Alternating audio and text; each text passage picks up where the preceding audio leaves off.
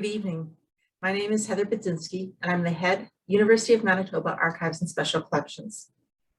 In usual circumstances, we would begin with an acknowledgement of the land, but these are anything but usual circumstances. I would like to open tonight's lecture by taking a moment to honor our family and friends in Ukraine. May they be safe. May their homes be kept safe so they can one day soon return. Before I introduce our esteemed guest speakers, I would like to acknowledge that the University of Manitoba is located on Treaty 1 territory.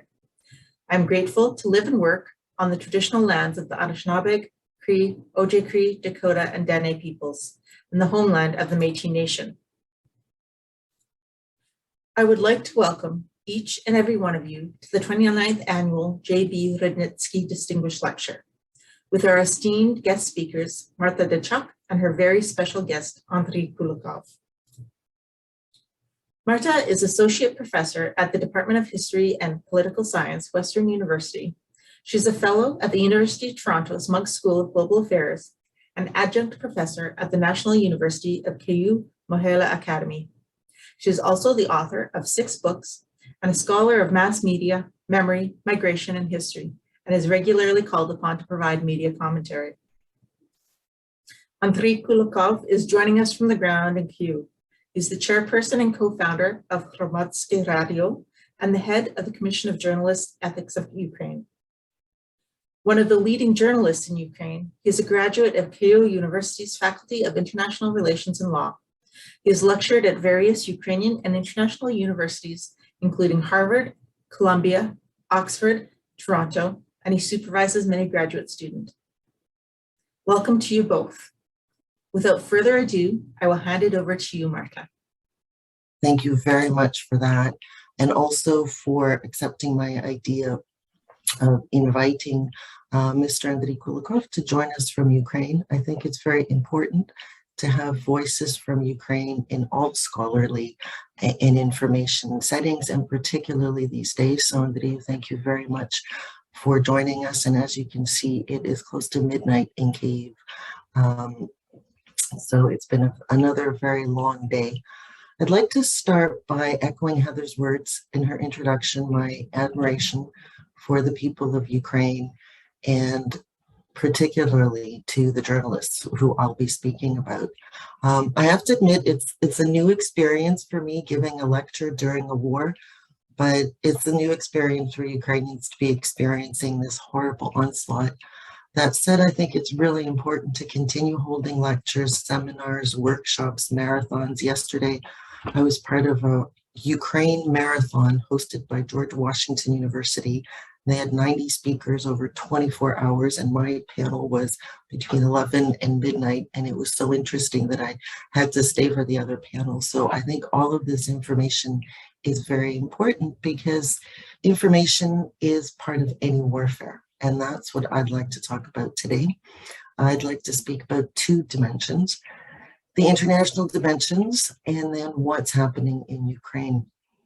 I'd like to start with the international dimensions. I've been working on an article about this, so you guys get a preview, and I'll be very interested in your comments, questions, and feedback. And when looking at the international dimension, the key question is, why did international media get the Ukraine story so wrong for so long?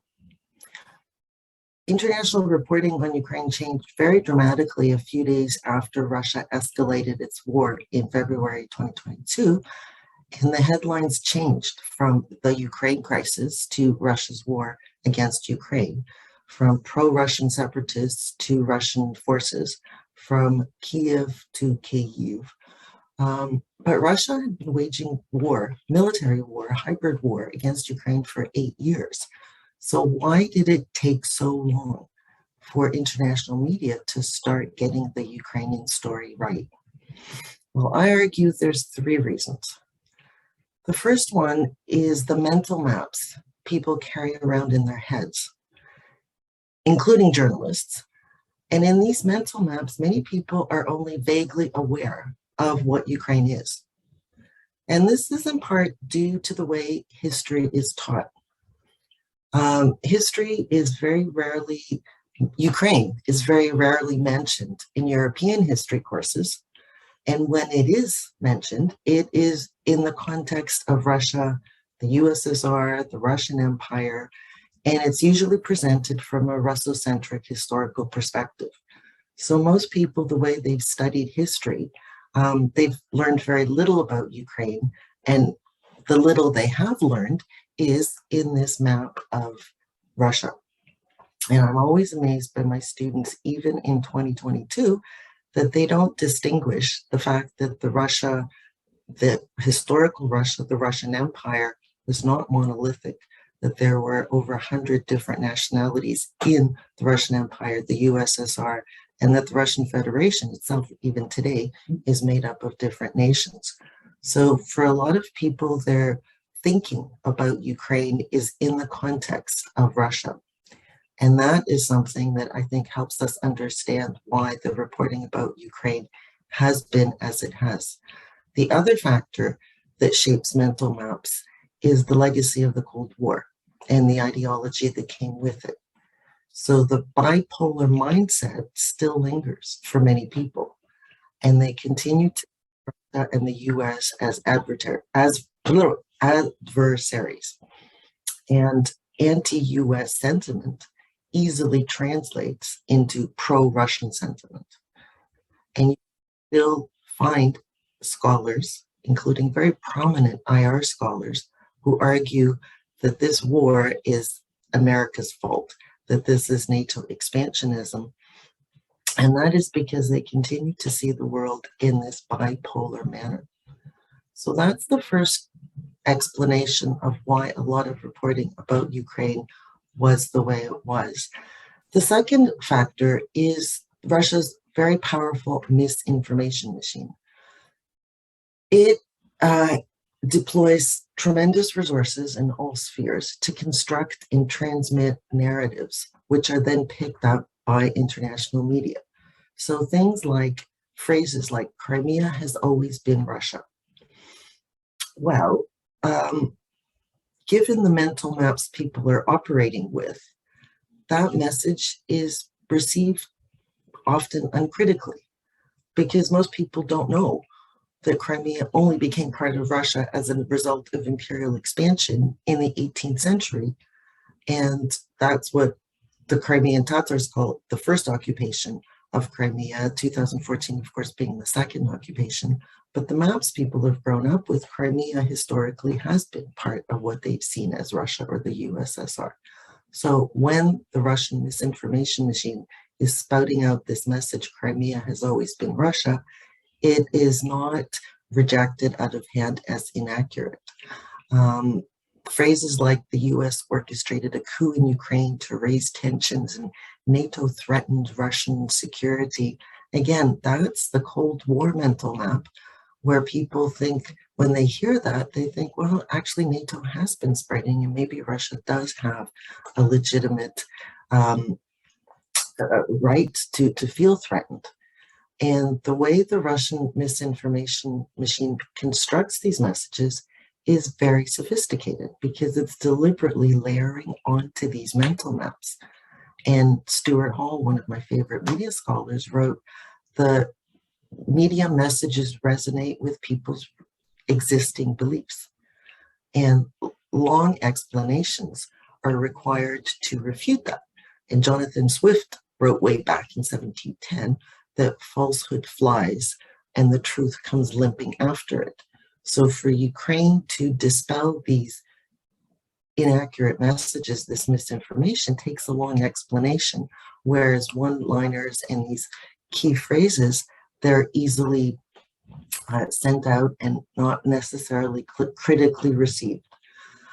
And not to mention, of course, that Ukraine's resources for fighting against the information warfare are far inferior to Russia's capacities.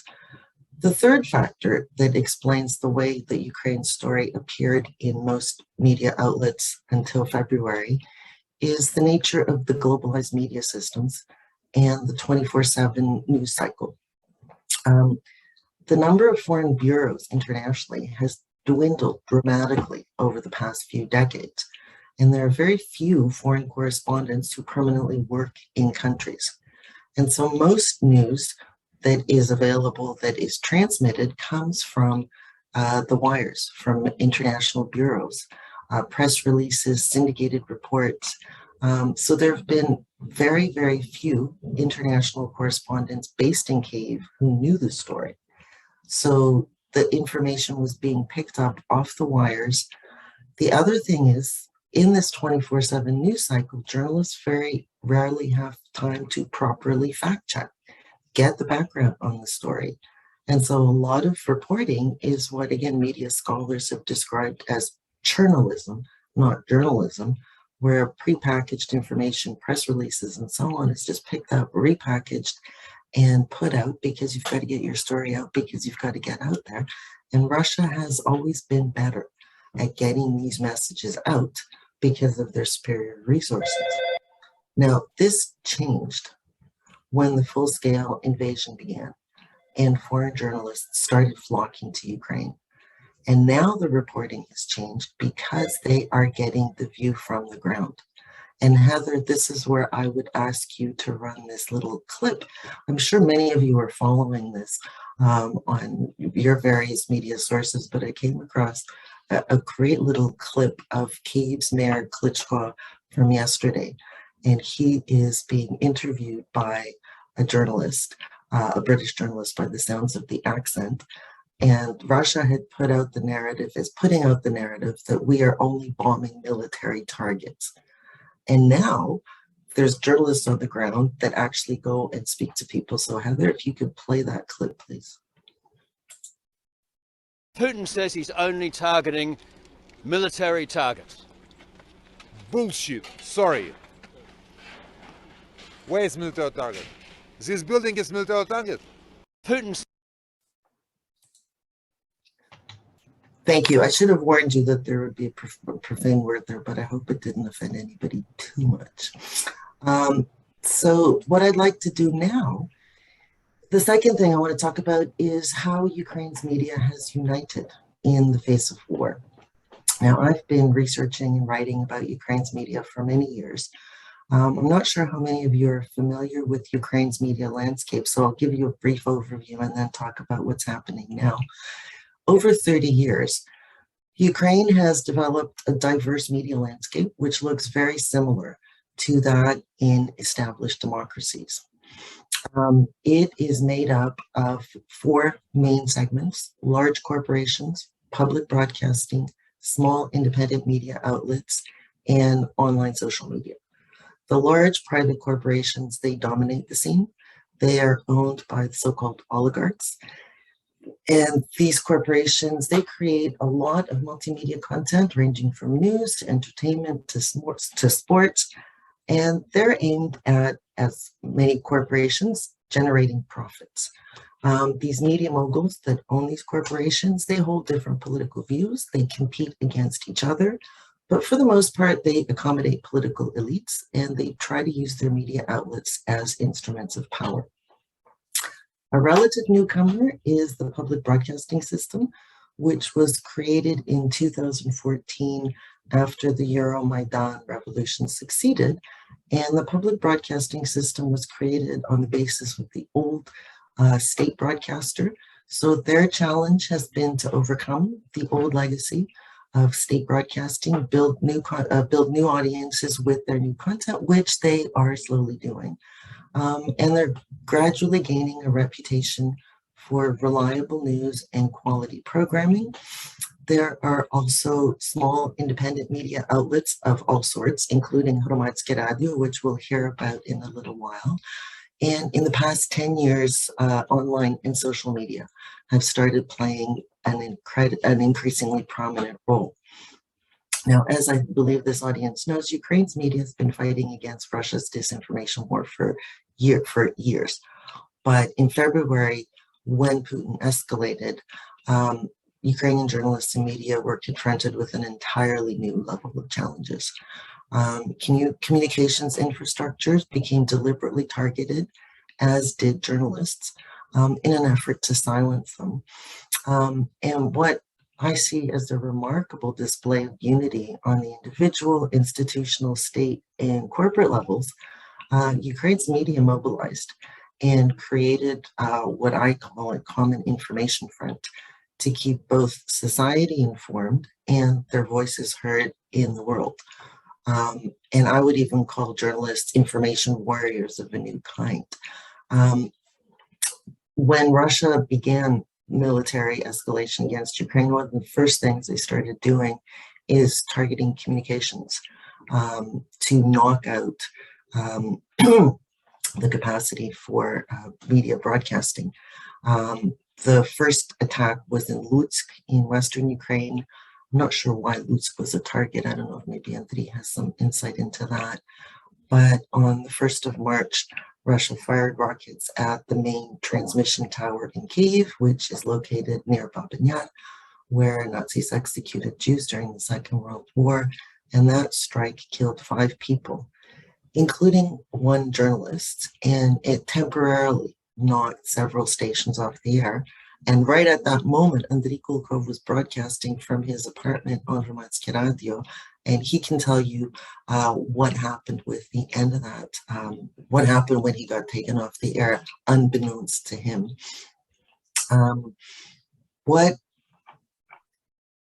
Television became a large target for Russia's attack, because it continues to be the preferred source of information for Ukrainians. That sounds kind of surprising since the internet is so prevalent now, but the last available poll we have is from 2020, and it showed that 75% of respondents said that they got their news from television.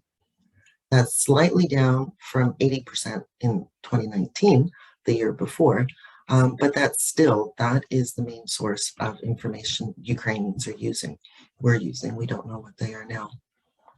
Internet and social media is growing in popularity quite sharply. It was at 24% in 2019, which means that 24% of the population said they got their news from online or social media. A year later, in 2020, that number had jumped to 44%. So close to half of Ukraine's population is now getting its information online. So both television and online are targets for Russia's war against Ukraine's information. What happened when the war escalated is media outlets, including Hromads'ke Radio and all of the others, they intensified their news and information programming, and they began holding what they call information marathons, where they're broadcasting pretty much around the clock to keep society informed. Something that's really interesting that I haven't seen this in any other country, so maybe somebody in the audience has, so you can tell me, but the large private media corporations, Starlight Media, 1+1 Media, Intermedia Group, they joined with the public broadcaster, UA Pershing, and Ukrainian Radio, and they created a joint project called Yedyny Noviny, which I think can translate as United News. So rather than each company presenting its own news, they've created one pooled news that runs 24 hours.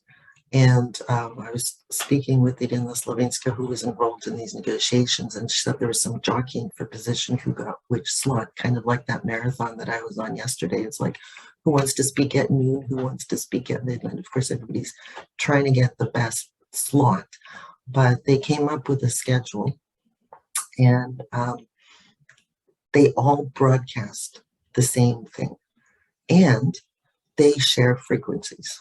So that way, if one company loses its signal or broadcast capacity, all the others will still be broadcasting. So people can just switch to a different channel. So like when that TV tower got in, something got knocked out, the news will still be broadcast on other channels.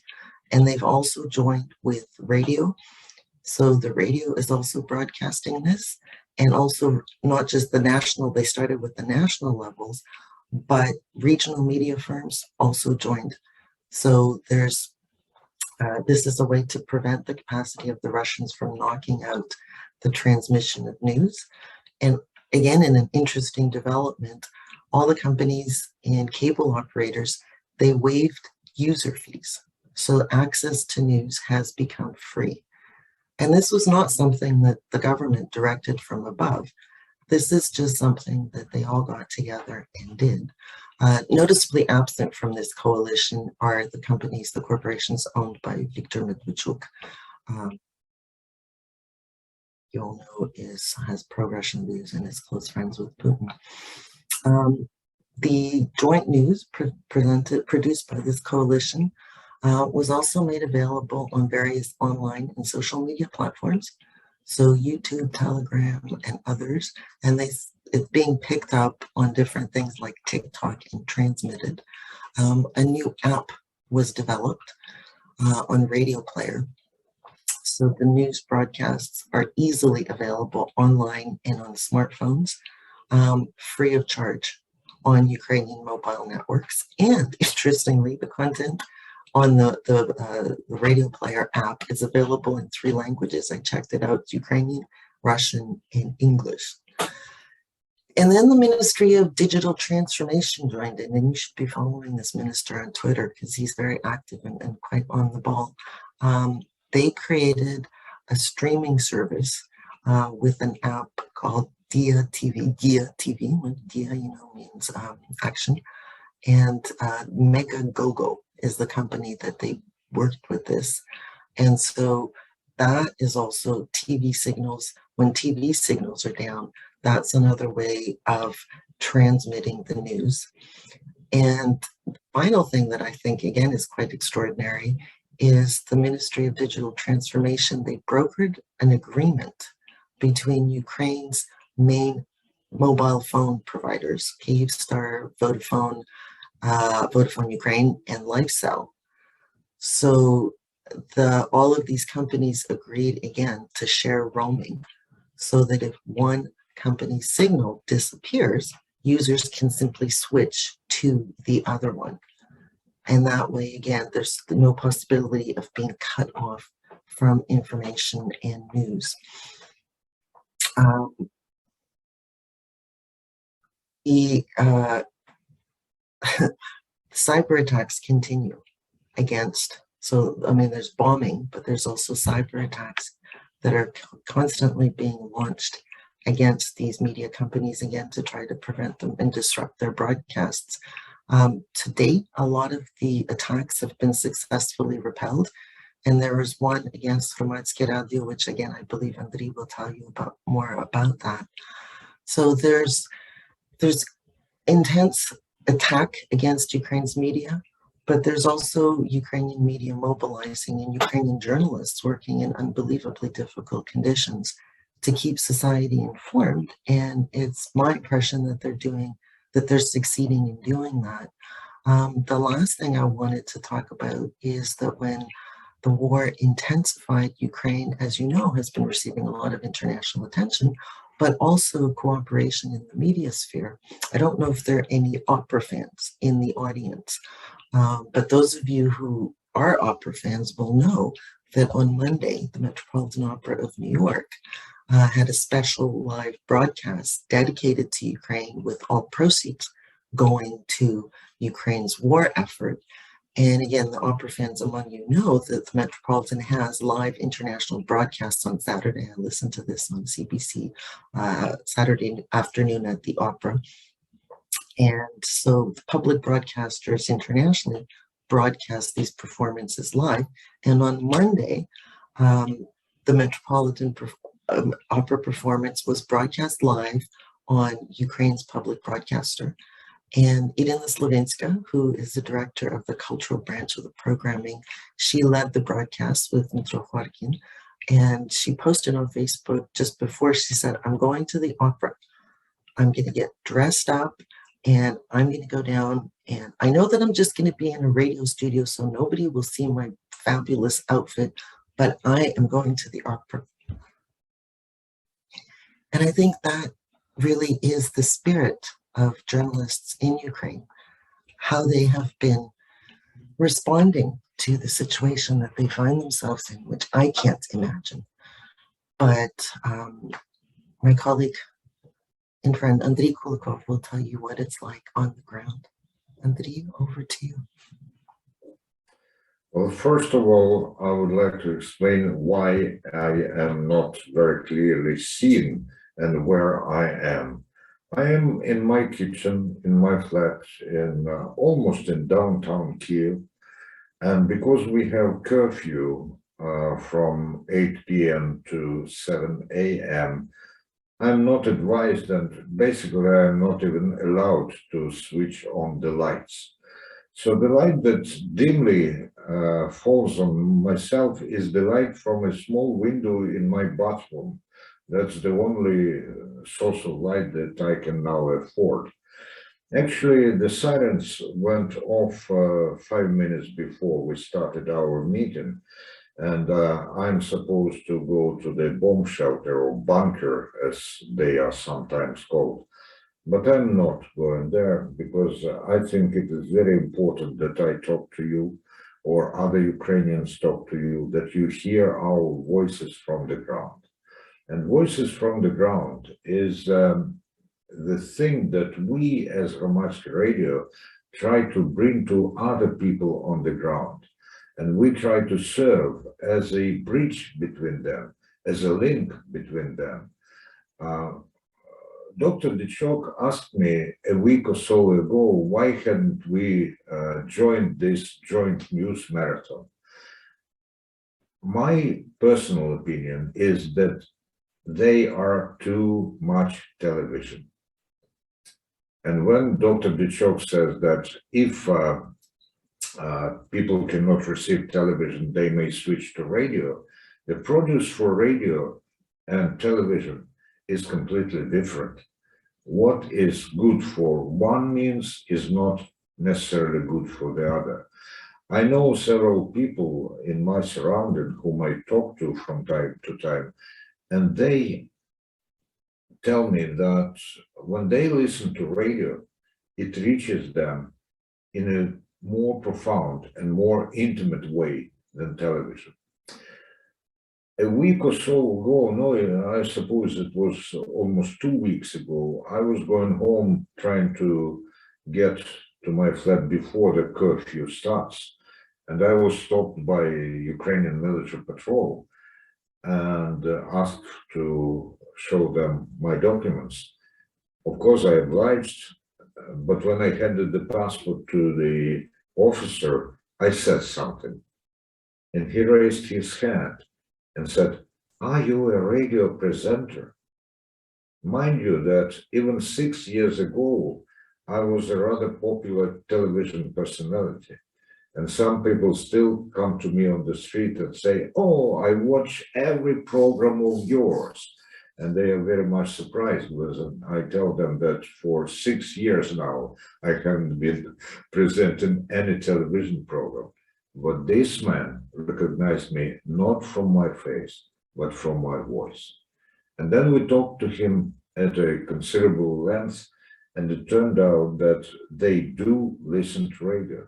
Those girls and guys, and there were 2 girls in this patrol out of 6, they were altogether 6, they listen to radio. And the day before yesterday, or was it yesterday? Yes, it was late night yesterday. I got a call from my distant acquaintance who said, "I'm calling you from the occupied part of the city of Izum in Kharkiv region. And we here listen to you." They don't get us on air, but they listen to through their mobile devices and through their laptops and all this kind of stuff. So if we have joined, I couldn't answer Dr. Dyczok at the moment when she asked me, but later I thought this over, and I think that our efficiency wouldn't be as high if we have joined this marathon. Besides, in the marathon, and I admit it is a very, very useful enterprise, but there's a clash of different styles and different approaches. And I think Dr. Dyczok mentioned this, or at least she came close to mention in this. This hampers the perception of the audience. Anyway, I say we're not instead of the marathon, of the joint news marathon. We are an addition to it, not a replacement, but a supplement. And in this way, we also serve our purpose, which from the inception of Hromads'ke Radio was to offer choice, because we have organized our radio back in 2013, when the censorship was growing in Ukraine, and some people did not want to work for the so-called oligarchs, and they were looking for an outlet where they could really work according to standards. Now the dilemma of working to standards during the wartime, I strongly believe that it is possible to work according to standards during the wartime, because in the foundations of all the journalistic work lies the desire to get the truth and disseminate it, to get the knowledge and disseminate it, to make our audience safer and wiser by disseminating knowledge. If you disseminate your invention or outright lies, you put people under danger. Regrettably, in my previous career or my previous work, I sometimes erred in this direction. Basically, I have been erring in this direction for the first 5 or even 6 years of my journalistic work, because I was a Soviet propagandist.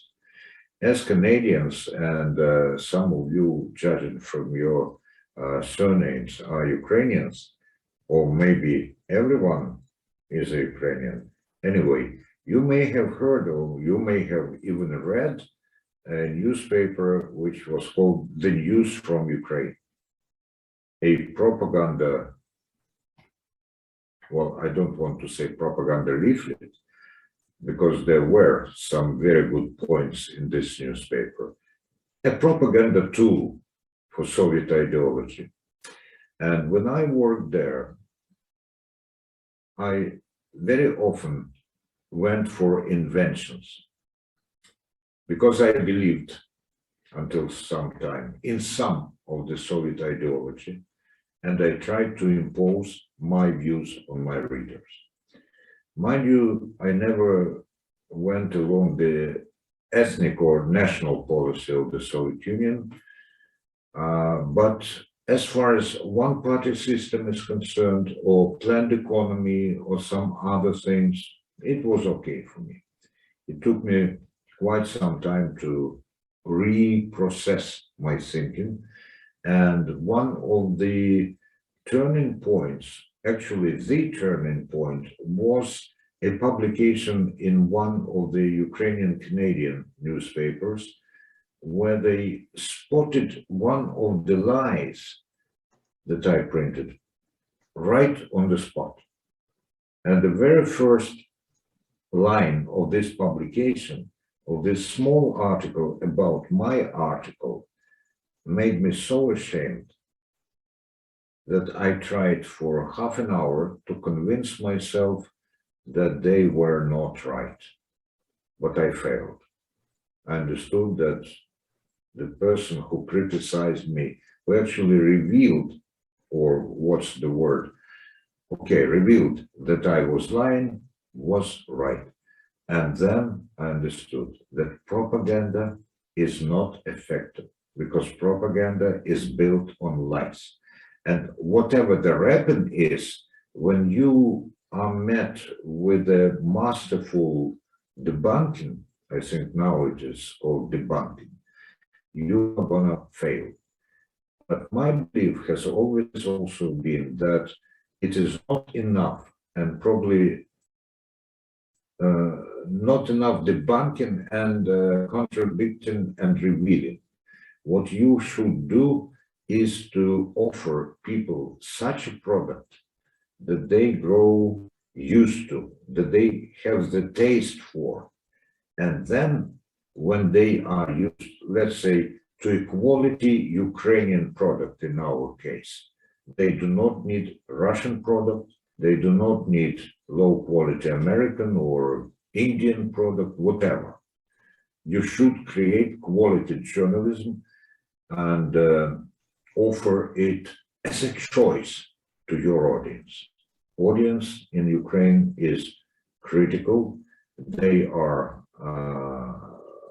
clever, and they can develop taste for quality journalism. This is what we've been missing on for many, many years. So, during the war, truth is paramount. There should be truth about the danger that people face, not only from the enemy, but also from disorganization, from lack of knowledge. Such simple things as, for instance, where is your nearest bomb shelter? Is it safe to drink water from artesian, from a well? How you should help those who are, for instance, people with disabilities. But even more important is how people with disabilities can help you. And I think Dr. Dyczok knows him. I have a close friend and a brilliant journalist, Volodymyr Noskov. He hails from Dnipro. Most of his life he spent in Kharkiv. Now he's been evacuated from Kharkiv to a relative safety of Lviv. And Volodymyr is visually impaired. And he is a brilliant radio journalist. He's been in Kharkiv for almost 2 weeks of this absolutely inhuman bombardment. And now, leaning on his personal experience in Lviv, he's creating a series of podcasts for everyone to know how to help evacuate people with disabilities. But in doing this, he helps not only people with disabilities, he helps people with no disabilities to care about those people, and so on and so forth. Resilience is built on knowledge. Yes, belief and hope play a very, very important role. But belief without knowledge, without how to use your hope, how to use your belief, is less potent. 10 days ago, I was contacted by an American radio producer, and because they work to the rules, as the BBC works, or Canadians, by the way, mostly work to the rules, she was asking and sort of giving me an idea about what the interview will be about. And then she asked, and where do you broadcast from? And I say, I broadcast from my kitchen, but when the siren goes off or there are explosions, I go to my bathroom because it has an additional wall and a very small window. So the danger is much less. And then she says, you should try your corridor. It may be safer. And then I see that she has a typical Balkan surname. And I ask her, are you from the Balkans? And she says, originally, I am from Bosnia. She has experienced what we are experiencing now. And this is a piece of knowledge that we are absolutely obliged to convey to our audience. We are obliged to convey the interest that we feel from abroad, and the lack of interest, and the lack of understanding that sometimes comes to the fore. On the second day of the open aggression, we still worked in our central office in Hromads'ke 26, the radio house in Ukraine, and it was not work, because when you work in an organization, we actually rent our studios and office from the public radio, which Dr. Dyczok mentioned. When you work there, you are obliged to go to the bunker, and special people run around the floors and get you out of your workplace. So this was not a broadcast, this was mostly running there and here and there. And that was one of the reasons we decided to disperse and work from different locations. So on the second day of the open invasion, a correspondent of television from one huge, one big, one great Asian country managed to call me in the bunker. No one else was able to do this, but they were so insistent that they somehow managed to reach me on WhatsApp. I believe it was WhatsApp. And sir, are you going to speak to us? Yes, of course. I use every opportunity to speak to people from abroad so that they convey what I tell them. And the first question is, now that Kyiv has fallen into the hands of the enemy, what are you going to do? The second day, yes, the Russians have made very fast move to the outskirts of Kyiv, to some suburbs, but they have been stalled there since the second day. No progress, only shooting civilians and scorching the Ukrainian land. And I tell him, Kyiv has not fallen. I don't even want to use the word yet. I don't say Kyiv has not fallen yet. Kyiv has not fallen, period. But this is a reflection of how little people know in different countries, not only of the nature of Ukrainian resistance, but even of the facts of Ukrainian resistance. And I know that in this country, there's a huge informational influence of Russia, and this corroborates, to my mind, some examples that corroborate what Dr. Dyczok has told us. Since then, almost every day, I go on air with Americans, Swedes, Canadians. Who else? A Moroccan guy called me. This was not a TV or radio interview, but he very diligently asked me and has written down my answers for his newspaper. But the biggest question and the most numerous questions come from the Ukrainian audience, of course. Sometimes they are not put into words. Sometimes it is just the feeling. The people want to know if the Ukrainian official information is true. If maybe there's some grain of truth in the Russian propaganda. Because the Russian propaganda still reaches a lot of our people. One of the reasons being, to my mind, that instead of supplying our people with quality Ukrainian product, we tried only to oppose Russian propaganda. Okay. And we also face a dilemma, whether we believe the official Ukrainian sources 100% or we check their messages. And we choose to check. It is not possible to check everything. And sometimes, of course, we run news bulletins from the general staff, official information from the Ministry of Defense, from the Foreign Ministry, and so on and so forth.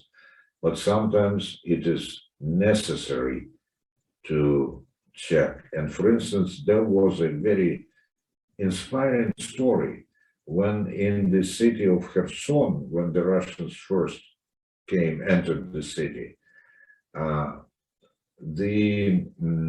advisor to the Minister of Internal Affairs published a video which showed in Russian armored personal carrier and a Ukrainian man riding it on top of it, waving the Ukrainian flag. And this advisor told us that Ukrainians have seized the Russian APC and drove it away from the city. Of course, it is a very attractive and very inspiring story. So we hasted to put it on our Telegram channel, our Twitter channel, and we also mentioned it in the news bulletin. However, later it turned out that the story was almost true, but this almost was that the APC was not seized by the Ukrainians. It was just one man who jumped on the APC and waved the Ukrainian flag, which in itself is an amazing deed and is worthy every admiration and all this kind of stuff. But this is not the capturing of enemy armored personal carrier. And you know, when people get to know that first they were told some invention, then their disappointment is much bigger than if they were told a truth, which is not so pleasant, but still is the truth from the very start. We lived through this in 2014, when Russia was already waging war in Ukraine, and the international community did not recognize this. And the Ukrainian official propaganda tried to, if not embellish the truth, I mean Ukrainian successes, but then to cover and hide our losses. And the military parade at the anniversary of our independence on the 24th of August happened right when Ukrainian troops were surrounded and shot at and killed in dozens or hundreds of people by the Russian invaders. At that moment, no one said that the situation was dangerous and that casualties were inevitable. On the contrary, there was beating up the drum and not to spoil the festivities, you know. And then the psychological trauma that people got was much more bigger than if they were told the truth from the very start. So these are dilemmas, these are situations, and I'll finish probably with one about the attack on our site. Yes, thank you, Dr. Dyczok, that you reminded me of this. Actually, the attack started not today. Several times our site the work was disrupted, but today they used a very, how to say it, a very, okay, you choose the words to describe this. We had the Russian banner, the Russian flag put on our site. And even more, we had the so-called St. George's stripe or band made also put on our site. And this is the symbol of those stooges who went to the service of Russians in Donetsk and Luhansk region and the Crimea. Our technical team coped with this for within 2 hours, but still it was very, very unpleasant. And morally, it was meant to be humiliating. We were not the only targets of this attack. Some reliable and well-working Ukrainian media outlets and sites have also suffered this. We have recovered now, but still, these are the methods that are being used. And still, the last story, and forgive me for probably overusing your attention.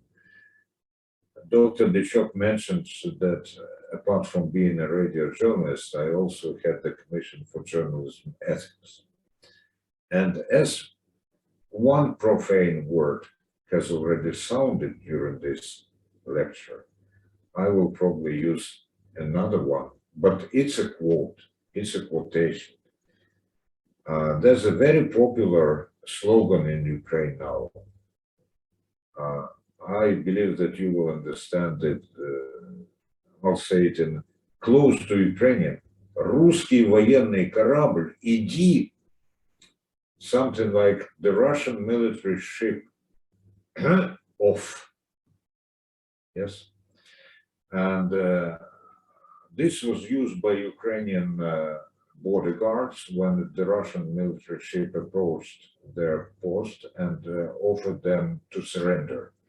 They said in the Russian language, with this swear word, the Russian military ship off. And then people started to quote this, and we even on the third or fourth day of the invasion, we decided to put this slogan atop of our web page. And one viewer watching one of the marathons on television saw the running line under the presenters, which said, the Russian military ship off. And this person wrote a complaint to the Commission on Journalism Ethics that they had no right. By the way, one of the letters in the H word, which corresponds to F word in English, was even replaced by an asterisk. But this person still has a written complaint. And what we shall do as a Commission for Journalism Ethics, which would, under normal circumstances, of course, object against demonstrating this slogan. A smallish problem. But we have to be attentive to what people think. We still have to proceed from our own convictions and experience, and we face different problems every time.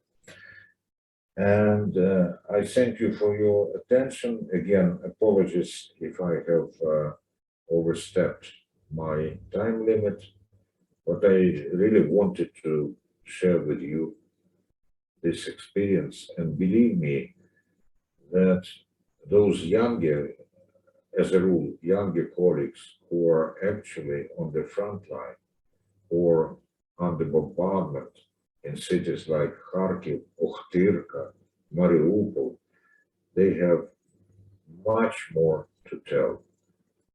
And they may be more convincing than I. And if you have just any opportunity to make their voices heard, please do. We need your help. We need your understanding. And yes, we need sympathy. I'm not ashamed to say we need sympathy because it makes us stronger, not weaker. Thank you very much. Thank you so very much, Marta and Andriy. You definitely have not taken too much of our time, and I've tried to keep my remarks short so that we could have the time to hear both of you speak so eloquently over the situation. And Andriy, especially, we appreciate that you're coming to us from on the ground, and we're just so grateful that you've taken the time to share your story and your words with us. We're going to you gave me this time. I did not take this. You gave me this time, and I'm grateful. And I'm grateful to Dr. Dyczok for coming up with this suggestion. Now I'll be silent for a moment. Can I just jump in here because I'd like to share my screen? For sure. Those of you, did it work? Mhm. Those of you who are unfamiliar with Hromads'ke Radio, this is their English language version of their website, and here's what Mr. Kulykov was just referring to. They also have a Ukrainian language version and a Russian language version. But I think the English language is for most people since. And also I wanted to, I don't know how to stop shares. Oh, stop shares right there. I also wanted to, I noticed in the audience, there's a few of my former students. I wasn't talking about you. You know that Russia was multicultural and is multicultural and where Ukraine is. And so it wasn't you guys I was talking to, it was all those other people who didn't know. And hopefully those who took my courses now know. Anyway, so I will hand it over to Heather. Thank you, Marta. We're going to take a few minutes for some questions. We have a very large audience and we'd like to be respectful of our presenters' time, but also to make sure more than one audience member has a chance to ask questions. So we are going to ask that you type your question into the chat box, which you can find at the bottom of your screen. Please indicate who you would like the question to be directed to. And my colleague, James Komanowski, is going to help mediate the questions. So please feel free to type away. And if we don't have one come right away, perhaps James, if you have a question to open up the floor with, you can unmute and chime in here. I'm anticipating we're going to have quite a few questions. Okay, thank you, Heather. I was going to ask, in terms of Kharkiv, how much damage has so far occurred with the bombings?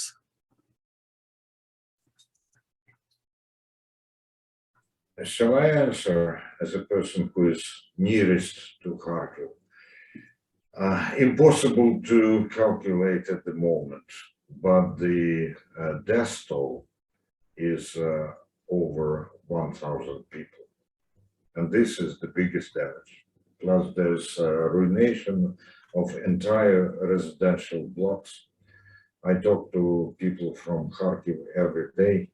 And every day, unfortunately and regrettably, I get to know about new and new residential districts being ruined. Of course, there are hits at the military infrastructure and military objects as well. But the amount of civilian casualties and civilian destruction seems to be unimaginable.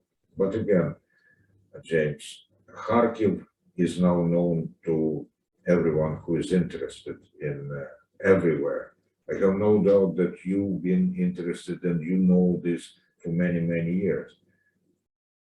But Chernihiv, Sumy, Ochtyrka, a smallish village of Yakivlivka in Kharkiv region. Most of the world does not pay attention to this, I think. In Chernihiv today, 10 people were killed by the Russian shelling when they were queuing for water. Something like 10 people were killed yesterday when they stood to get some bread. And I have distant relatives in Chernihiv who did not manage to escape in time. I have it from them. And one of the scariest things is that they, in their turn, have distant relatives in Russia. And when my, who is she, cousin 3 or 4 times removed, sent photos which she took on the streets of Chernihiv to those relatives in Russia, the answer was, why don't you take away the debris and make your city look good? I just can't believe this. I can't believe it, but I know that this happens. So this is it. Only today I saw pictures from supermarket in Kharkiv, which was destroyed by Russian talent. I know this supermarket, and I know that there's no military infrastructure anywhere near.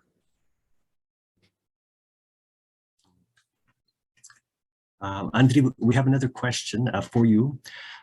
What is your opinion of President Zelensky? I talked today to my friend in Odessa. This is, I think that he's approaching 80. You would never give him 80. He is one of the 3 friends from Maidan my best friends from Maidan. He's a Jew. He's a secular Jew. And he says that it was him who invented the term Zhido-Banderivets, which you probably are aware of. And Mark was telling me, look how our president was able to unite the nation. And look how a passionate person can lead the nation. And look, he says, neither Kuchma, nor Kravchuk, nor Yushchenko, not to speak about Yanukovych, of course, nor Poroshenko, could unite and lead the nation. I told him, you're right, but the circumstances that helped unite the nation are absolutely different. So my opinion of Mr. Zelensky is that at the moment, he is a positive factor in Ukrainian politics, a very positive factor. And I have always said, I never voted for Mr. Zelensky or told people to vote for him. But I presumed that when he largely by chance found himself on top of the pyramid, being a person of considerable fervor and ambition, he could realize that he could realize his ambition by doing something good for Ukraine. There were signs at the beginning that he was close to this. Then he lost part of his enthusiasm or something like this. The tragic circumstances, I think, made him realize that the opportunity is there. And I don't think that he's doing this for himself. He is now, to my estimate, feeling himself part of the Ukrainian nation. And this is my estimate of his actions and his feelings now.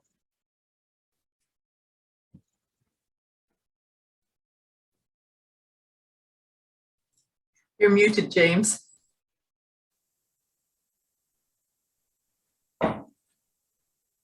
Sorry about that. Andriy, do you know if people in Russia listen or follow your station? Before the war, or actually before the active phase of the war, we know that they followed us on our website and also on SoundCloud, where we post our podcasts.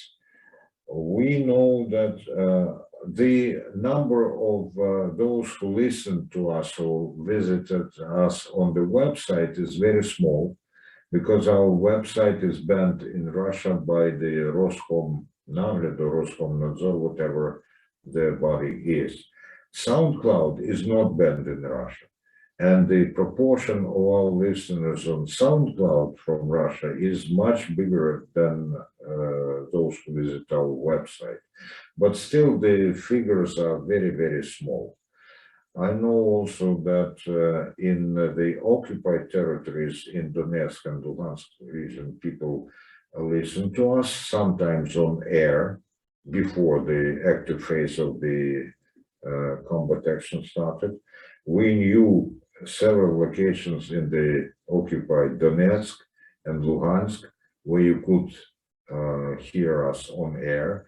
And of course, there were even calls to our studio from the occupied territories, not from Crimea though, because technically it is much more complicated when Crimea is concerned. We cannot reach them by our broadcast, but we did reach adjacent areas of the occupied territories. And well, we would love to broadcast to Russia. We have no such technical opportunity. And to be frank, I don't think that they have much desire to listen to anyone or anything except Russian propaganda. I don't say that 100%, but probably nor the best Western media, nor the best Ukrainian media can count on a considerable audience in Russia. I would ask Dr. Dyczok to extrapolate on this point because she really knows about audiences in different countries. I really can't speak to Russian media audiences at the moment. That's something that I'm thinking about and asking colleagues. There are people who, again, on this panel yesterday at George Washington University, Maria Snegova, she's mispronouncing her last name, she follows Russian media. It's difficult to get accurate statistics on audiences in Russia.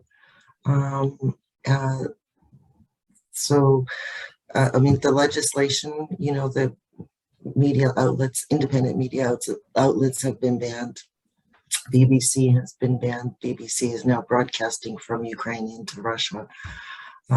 What the audiences are, that's a question I don't even know where to look for that answer, to be honest.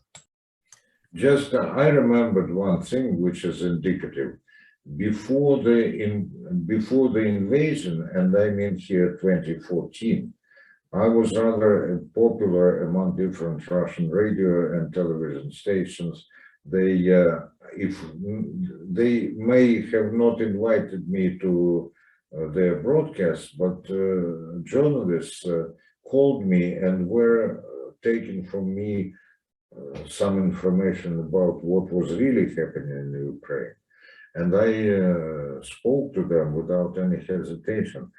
But right after the fall of Yanukovych, it stopped almost immediately. There were 2 attempts from them to talk to me. I didn't refuse, but I know that they did not publish what I have said because I know how to talk to them. And they could not even edit what I have said. After these 2 attempts, they simply forgot my telephone number and whatever.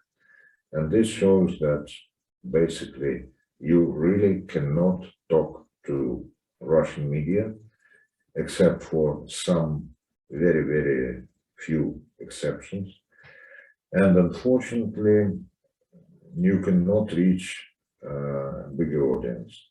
And I know this because I'm an ethnic Russian, and I know how the psychology of Russians is formed, either in the heartland of Russia or in the colonies, which Ukraine and other so-called Soviet republics in fact were.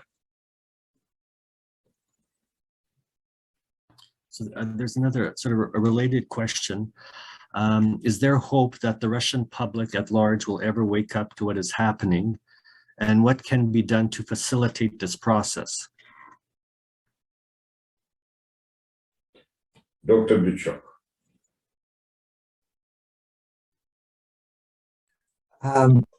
Well, the way I would answer that question is we can't look at Russia as a monolith. No society is monolithic. Every society has a diversity of opinion. There are people in Russia today, and always have been, who are well-informed, liberal, democratic, whether they're, I mean, I tend to interact mainly with scholars. So that's who I'm thinking of. But there have always been and continue to be people with open minds who are well informed. That said, public opinion polls that are being conducted right now show that around 55% of the population of Russia is supporting Putin right now. He refuses to call it a war. It's illegal to call it a war. It's an operation. But he has approval rating of 55% in 5 separate polls. So these are not my friends who are protesting against the war, but that is the evidence that we are able to get. To the question of information, Russia is a technologically developed, sophisticated country. Anybody who wants information can find it. So it's not a question that there's no access to information. It's a question of, I'm going to go back to what I started with, mental maps. The way people see the world, their own place in the world, their country, varies. And what we're seeing in Russia is that a significant percentage of the population appears to be looking backwards rather than forwards.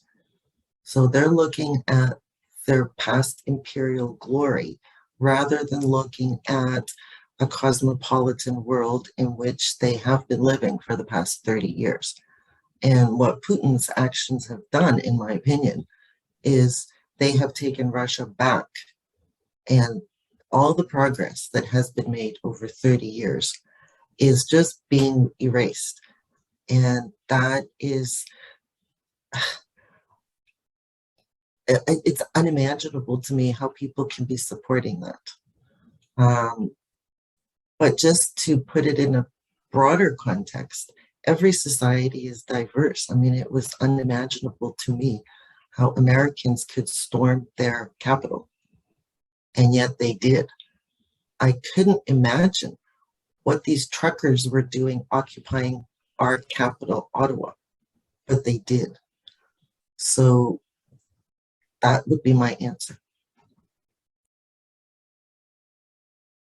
Thank you. This one is for Andriy. Now that online learning has resumed in Ukraine in some measure, are students invited to follow Ukrainian media coverage, including and especially Hromads'ke Radio, and to discuss reports critically?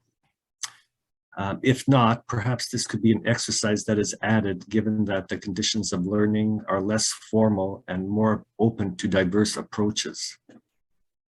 Thank you for a good suggestion. The learning is not resumed, has not resumed to full extent, but still in some universities they do. The day before yesterday, I gave a lecture to a group of students in Chernihiv University, and there were 100 people attending the Zoom session and almost 200 people watching it on Facebook. The interest is immense. They are hungry and thirsty for new knowledge, especially in these circumstances, in these conditions. And yes, the critique of our material would be even, I think, to the same extent useful to us. Because when you work for many hours and days in one single condition, you know, you tend to overlook your disadvantages and mistakes. So I would be, if not glad or pleased, then I would be thankful for some criticism. And it happens so that life itself suggests new forms. Even as I was preparing for this lecture the day before yesterday's, I was called by radio BBC Berkshire, and they said, we want you for 5 minutes on our air in 20 minutes. And I said, look, I'll be giving a lecture to my students. If you go along with me and call me during this lecture, and my students hear what you ask and what I answer, and they watch the process of preparation, like, do you hear me well, sir? Do you also get the program? I hear you loud and clear, and all this. So our presenter will be with you in 30 seconds, right after the commercial break. And we did it, and the students were absolutely pleased. And they also offered praise and criticism to me. And it happened so that tomorrow we will have a sort of discussion along the lines of the Commission of Journalism Ethics. And you know what? Half an hour before our meeting, BBC Radio Foyle, this is a county in Northern Ireland, calls me and says, we want you, no, I cannot imitate the accent, of course, but they tell me, we want you 10:15 Ukrainian time, and we start at 10. So tomorrow we're going to sort of repeat the trick. And I didn't look for this opportunity. My students didn't look for this opportunity. Radio BBC did not look for this opportunity, but the life itself proposes and makes such turns that we are learning. We are learning during our work, we are learning during our life away from work. And of course, such meetings as we are now having also are a great learning. And I don't know if I may choose to answer one question, which is, may I, James? Because I've opened the chat, obviously. And there's a question, how would you describe the Maidan? Was it an American provocation, a fascist coup, or a grassroots revolution? Two of the suggested definitions I sweep away outright. American provocation? No. Fascist coup? Both those suggestions come from either Russian propaganda or are a provocation in themselves. And when I say provocation, I don't say that provocation is necessarily bad. Sometimes it's very good. Grassroots revolution. I have always described Maidan as a grassroots uprising, not the revolution. Grassroots uprising.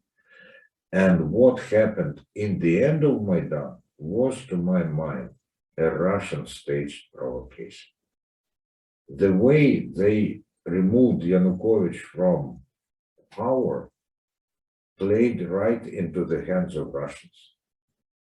Because if he, actually, I think that the people were sincere, the uprising was there, the ideals were there, but maybe, just maybe, the provocation from the very start came from Russians.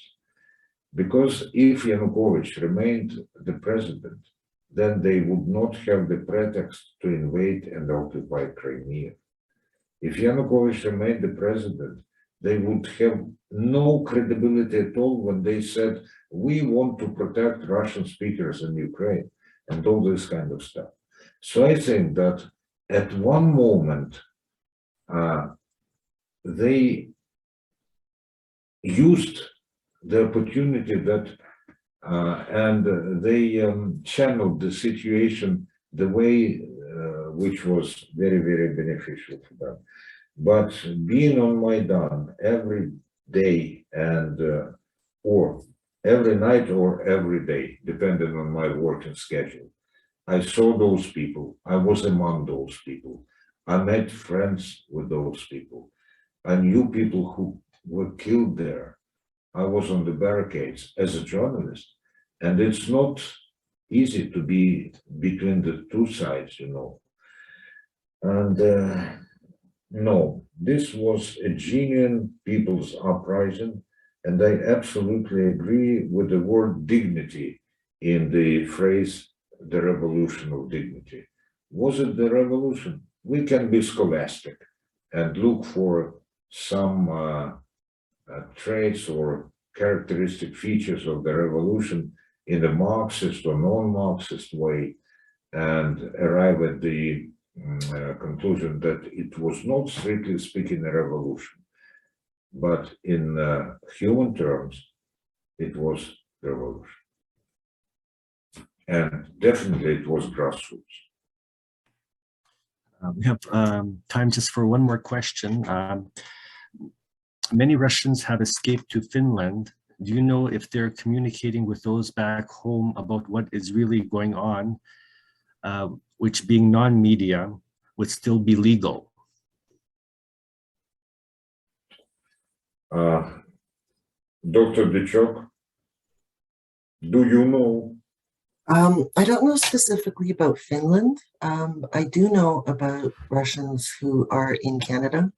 I met with PhD students and a PhD student and a postdoc who are at the University of Toronto about a week and a half ago. And their relatives are in Russia, obviously. And they started off by apologizing to me. And I said, you don't have to apologize to me.